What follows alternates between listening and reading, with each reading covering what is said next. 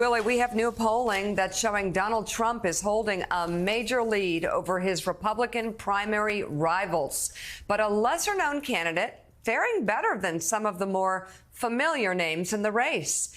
In this latest Fox News survey, Trump leads Florida Governor Ron DeSantis by 34 points, 56% to 22%. In third place at 5% is entrepreneur Vivek Ramaswamy. That is slightly better than the likes of Mike Pence, Tim Scott, and Nikki Haley, and others. In a separate question, though, 70% of Republicans say it is extremely important to nominate a candidate who can defeat President Joe Biden in a general election. That is 15 points higher than the number who say it's extremely important that a candidate shares their views. Meanwhile, new polling shows most Americans think Donald Trump broke the law with his mishandling of classified documents. In the latest AP and NORC Center poll, 53% of all adults say the former president's actions were illegal, while another 16% say they were unethical but not a crime. Among Republicans, though, more than a quarter believe Trump did nothing wrong at all. 60% of Republicans also still view the former president favorably, while overall that figure sits at 33%. Jonathan Lemire, break down those numbers for you. It seems like in many ways, Donald Trump has done a great job at desensitizing to the public to something that is extremely serious.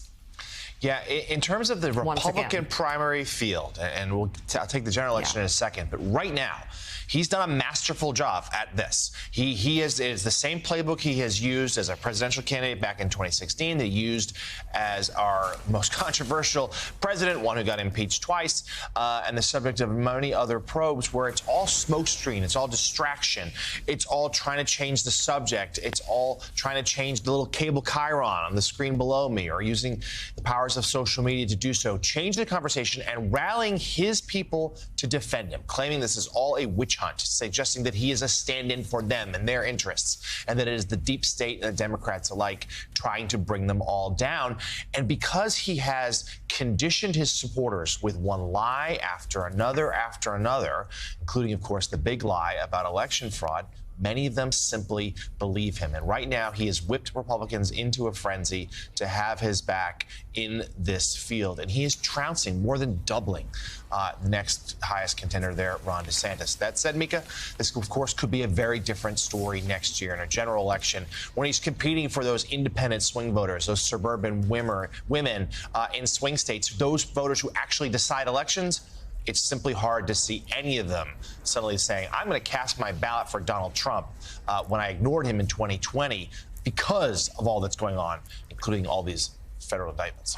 Donnie, you look back at that Fox poll, this race just isn't close right now. For all the hopes that have been placed upon Ron DeSantis, for people looking for a path away from Donald Trump, it's a 34-point spread. In this poll, we see it in state polling as well, Donald Trump just with massive leads.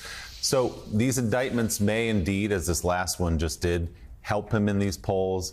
It may deepen his support among his strongest supporters who do buy in, as John said, to the narrative that he is the victim of a witch hunt, that Biden's Justice Department is out to get him, et cetera, et cetera. But you got to win a general election. As that second poll showed, they want somebody who can beat Joe Biden. 70% of Republicans do. You look at a head-to-head matchup, and it'll be close because all our elections nationally are close now. But those suburban voters who turned on Donald Trump in 2020, even if they voted for him in 2016, you wouldn't think, from polling tells us, aren't going to suddenly flip back to him. A couple of thoughts. One of the things to talk about of why Trump is still dominating the field, beyond the things that Trump, as we've talked about, is doing right for his base, it also is an indictment on, no pun intended, on Ron DeSantis, who's just a very unappealing guy. You know, he was the guy that was supposed to come forward, and he was going to be, kind of the next answer.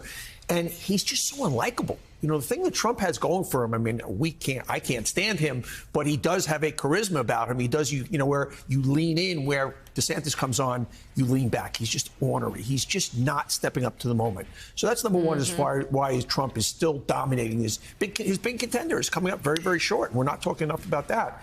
As far as Trump in a general election, and you guys put up a poll earlier where in Pennsylvania, one of the swing states, he's actually beating Biden by a point, and obviously it's so early.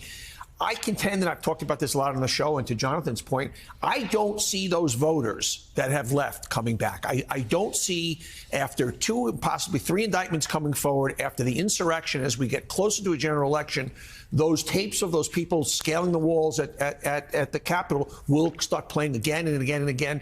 I don't see that voter that left him in 2020 coming back, holding their nose in 2024, especially against the good economy, although we're seeing the perception is not there. I don't see them coming back in general election either, but who the heck?